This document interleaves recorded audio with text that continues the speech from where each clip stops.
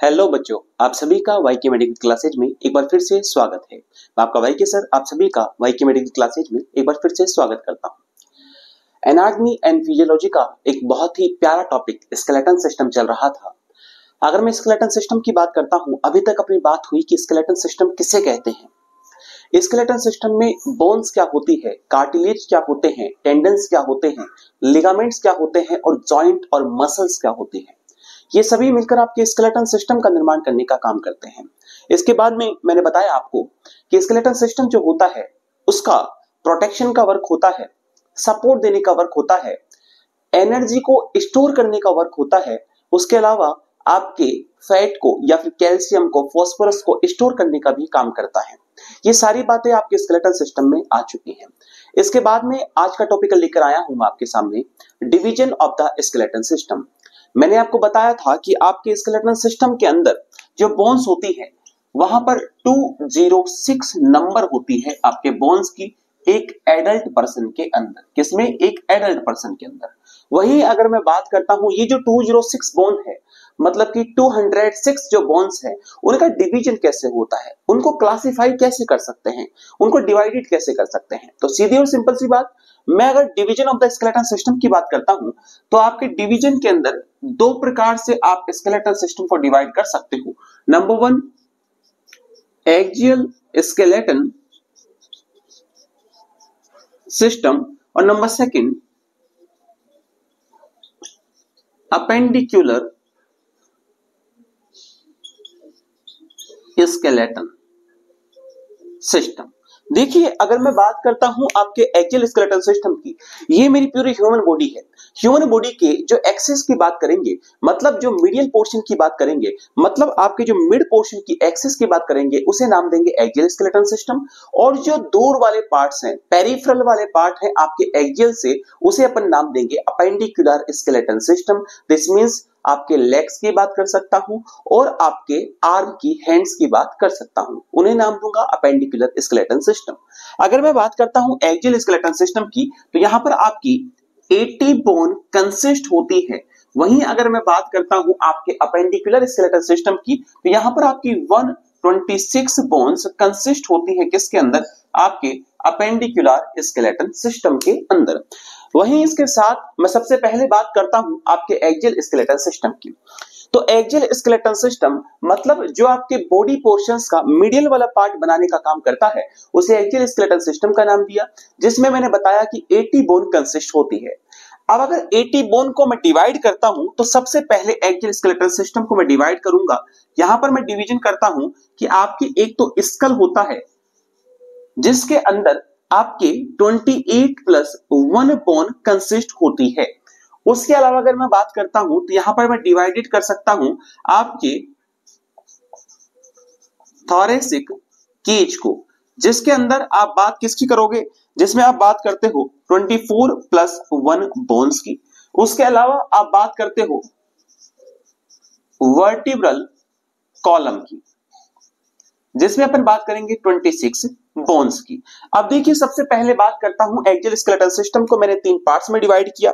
Number 1 बात करता हूं आपके स्कल की, नंबर 2 बात करता हूं थोरेसिक केज की, और नंबर 3 बात करता हूं आपके वर्टिब्रल कॉलम की। देखिए, अगर मैं स्कल की बात करता हूं तो स्कल के अंदर 28 प्लस 1 बोन कंसिस्ट होती है।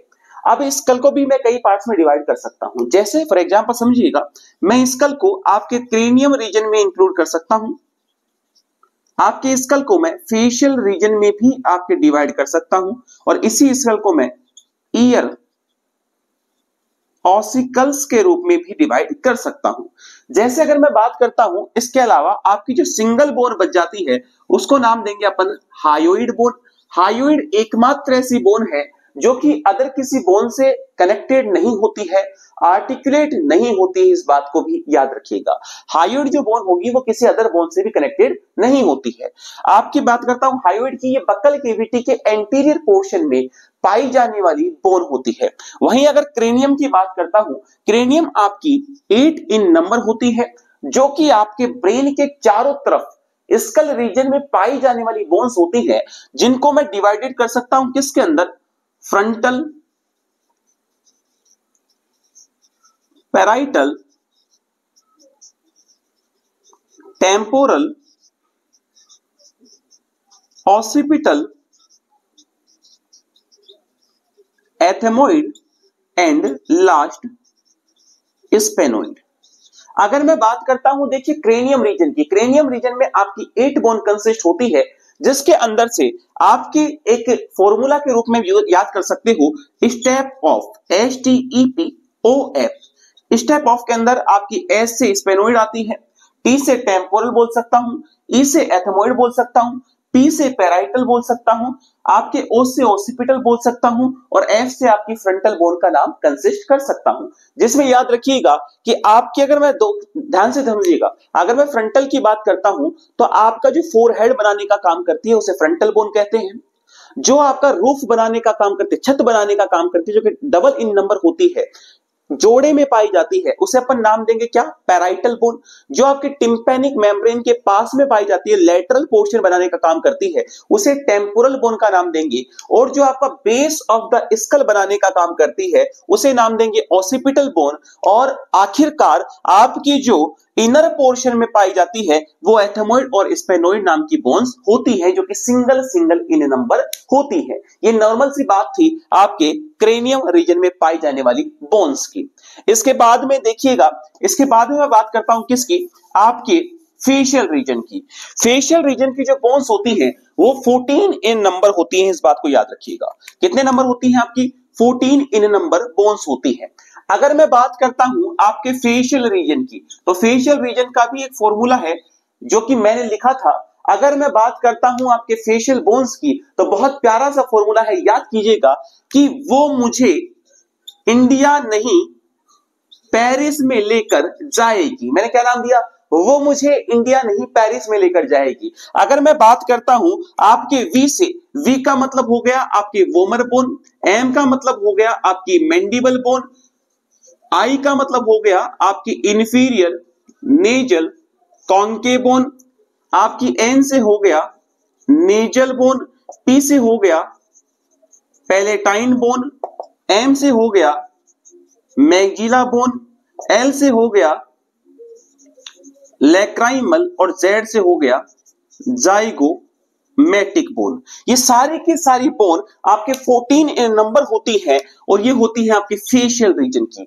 याद रखिएगा, वो मुझे इंडिया नहीं पेरिस में लेकर जाएगी। फेशियल बोन्स का फॉर्मूला है वो मुझे, वो और मैं, अगर वो और मैं एक दूसरे से प्यार करते हैं, मोहब्बत करते हैं, तो दो जिस्म और एक जान, इसका मतलब वो और मैं सिंगल इन नंबर होते हैं और बाकी सभी आपके डबल इन नंबर होते हैं। इसका मतलब वोमर बोन और मैंडिबल बोन सिंगल सिंगल इन नंबर होती हैं और बाकी सारी की सारी बोन आपके डबल इन नंबर मतलब पेयर में पाई जाने वाली बोन्स होती हैं, जो कि आपके फेशियल रीजन के अंदर पाई जाती है। उसके अलावा अगर मैं बात करता हूं नंबर 3 पे आपकी ईयर ओसिकल्स की, अगर मैं बात करता हूं, याद रखिएगा किसकी बात करता हूं, आपके ईयर ओसिकल्स की मैं बात करता हूं। तो ईयर ओसिकल्स के अंदर आपके 3+3 मतलब 3 एक ईयर में और 3 एक ईयर में बोन्स पाई जाती हैं। उनका नाम क्या है, उनका नाम है मेलियस, इनकस और नंबर 3 स्टेपी। सबसे आउटर पोर्शन में जो पाई जाएगी वो आपकी मेलियस होगी और बीच के अंदर मिड में पाई जाती है वो इनकस होती है और सबसे डीप में इनर में पाई जाने वाली बोन आपकी स्टेपीज होती है। और स्टेपीज जो बोन थी वो आपके ऐसी बोन होती है जो कि आपकी बॉडी में सबसे स्मॉलेस्ट बोन होती है। याद रखिएगा, अपन ने पढ़ा था कि स्मॉलेस्ट बोन जो होती है आपकी बॉडी की वो स्टेपीज होती है और जो लार्जेस्ट बोन होती है, स्ट्रॉन्गेस्ट बोन होती है, वो आपके पैर में पाई जाने वाली फीमर बोन होती है। इस बात को याद रखिएगा। अगर मैं बात करता हूं इसके बाद में आपके थोरेसिक केज की, याद रखिएगा किसकी बात करते हैं अपन, थोरेसिक केज की बात करते हैं। तो थोरेसिक केज में मैंने बताया कि 24+1 इन नंबर आपका थोरेसिक केज होता है। इसका मतलब थोरेसिक केज को मैं डिवाइड कर सकता हूं आपके दो पोर्शंस में। नंबर 1 बात करता हूं आपके स्टर्नम की और नंबर 2 बात करता हूं आपके रिब्स की। रिब्स आपके 24 इन नंबर होते हैं और स्टर्नम सिंगल इन नंबर होते हैं। अब देखो, सबसे पहले स्टर्नम की अगर मैं बात करता हूं, फॉर एग्जांपल समझिएगा, स्टर्नम जो होता है वो आपके चेस्ट के लेवल पर जो सेंटर पोर्शन बनाने का काम कर देगी, जो बोन, उस बोन को मैंने नाम दिया स्टर्नम। इसीलिए इसको चेस्ट बोन के नाम से भी जाना जाता है या ब्रेस्ट बोन के नाम से भी जाना जाता है, जो कि centre portion of the chest के अंदर पाई जाती है स्टर्नम बोन। आपकी यही स्टर्नम बोन जो होती है उसके अंदर 3 पोर्शन देखने को मिलते हैं। जैसे मान के चलिएगा, ये आपकी मान के चलिए स्टर्नम बोन है, ये आपकी स्टर्नम बोन है। स्टर्नम बोन जो होती है उसके अंदर आपके 3 पोर्शन देखने को मिलेंगे। एक तो आपका अबव पोर्शन जो कि प्रॉक्सिमल पोर्शन होगा, ऊपर वाला पार्ट होगा, उसे मेन्यूब्रियम के नाम से जानते हैं। वहीं पर आपके क्या जुड़ेगा, एक तो क्लेविकल बोन आर्टिकुलेट करती है दोनों तरफ से, राइट और लेफ्ट साइड से, और first and second pair of the ribs, first and second pair of the ribs भी क्या करेगा, मेन्यूब्रियम से आर्टिकुलेट करता है। उसके बाद में थर्ड, फोर्थ, फिफ्थ, सिक्स्थ और 7th pair of the ribs जो होती है वो आपके आर्टिकुलेट किससे करेगी, वो करेगी बॉडी से आर्टिकुलेट। इसका मतलब आपकी पहली से लेकर 7वीं pair of the ribs directly किससे आर्टिकुलेट करती है, आपके स्टर्नम से आर्टिकुलेट करती है, और जीफोइड प्रोसेस से कोई आपकी अदर बोन आर्टिकुलेट नहीं करती। इस बात को याद रखिएगा। तो ये होता है आपका क्या, स्टर्नम। इसके बाद में अगर मैं आपके रिब्स की बात करता हूं, आपका जो रिब्स होती है वो रिब्स आपके 24 इन नंबर होती हैं बच्चों, और या फिर मैं बोल सकता हूं 12 पेयर इन नंबर भी होती हैं। आपके अगर रिब्स की बात करता हूं, ध्यान से समझिएगा, आपके रिब्स का मतलब आपके रिब्स किसी से आगे की तरफ आर्टिकुलेट करती हैं और किसी से पीछे की तरफ आर्टिकुलेट करती हुई एक पिंजरानुमा आकृति बनाते हैं, मतलब एक थोरेसिक केज बनाती हैं, और आपके हार्ट को, स्पेशली आपके हार्ट को, स्पेशली आपके डायफ्राम को क्या करती है, एक प्रकार से प्रोटेक्टेड करने का काम करती है। स्पेशली आपके हार्ट को प्रोटेक्शन देने का काम जो करेगा, मतलब इंटरनल पोर्शन को जो प्रोटेक्शन देने का काम करेगा, वो कौन होगा, आपका थोरेसिक केज, जिसमें आपके रिब्स हो सकते हैं, आपका स्टर्नम होगा और आपका वर्टिब्रल कॉलम होगा, जो कि पोस्टीरियर पोर्शन में पाया जाता है। अगर देखो बच्चों रिब्स की बात करता हूं, तो रिब्स आपके 12 पेयर में होती है, मतलब 24 इन नंबर होती है, जिसको 3 पार्ट्स में डिवाइड किया जाता है। अभी सरफेसली बात करता हूं, बहुत डीप बात करेंगे। 3 पार्ट्स का मतलब, एक नंबर 1 होती है आपकी ट्रू रिब, नंबर 2 होती है आपकी फॉल्स रिब्स, नंबर 3 होती है आपकी फ्लोटिंग रिब्स। देखो नाम से क्लियर है, वह बोन, वह रिब्स जो आपकी डायरेक्टली आर्टिकुलेट करती है स्टर्नम से, मतलब first, second, third, fourth, fifth, sixth और 7, 1 से लेकर 7 पेयर तक की जो आपकी रिब्स है, मतलब 1 to 7 pair of the ribs है, वो डायरेक्टली आर्टिकुलेट करती है आपके स्टर्नम से।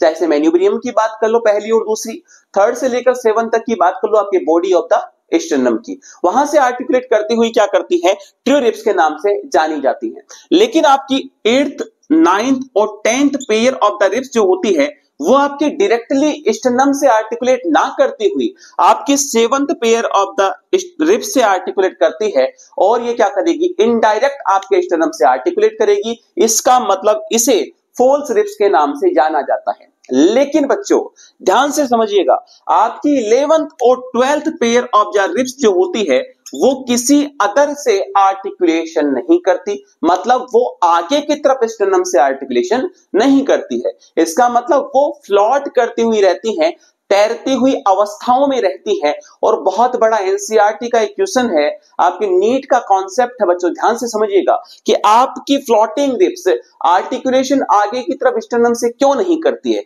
क्योंकि इसका बहुत बड़ा रीजन ये है, उसी के नीचे आपके पोस्टीरियर पोर्शन में, लेटरल पोर्शन में आपके डायफ्राम पाए जाते हैं, जो कि एक प्रकार की रेस्पिरेटरी मसल्स होती है, जो कि मूवमेंट्स करती है रेस्पिरेशन के दौरान, और उनके मूवमेंट्स को अवरोध ना हो, रुकावट ना हो, रोक ना लगे, इसीलिए आपकी फ्लोटिंग रिब्स, मतलब 11th और 12th pair of the ribs articulate आगे की तरफ से ना करके पीछे की तरफ से ही करती हैं।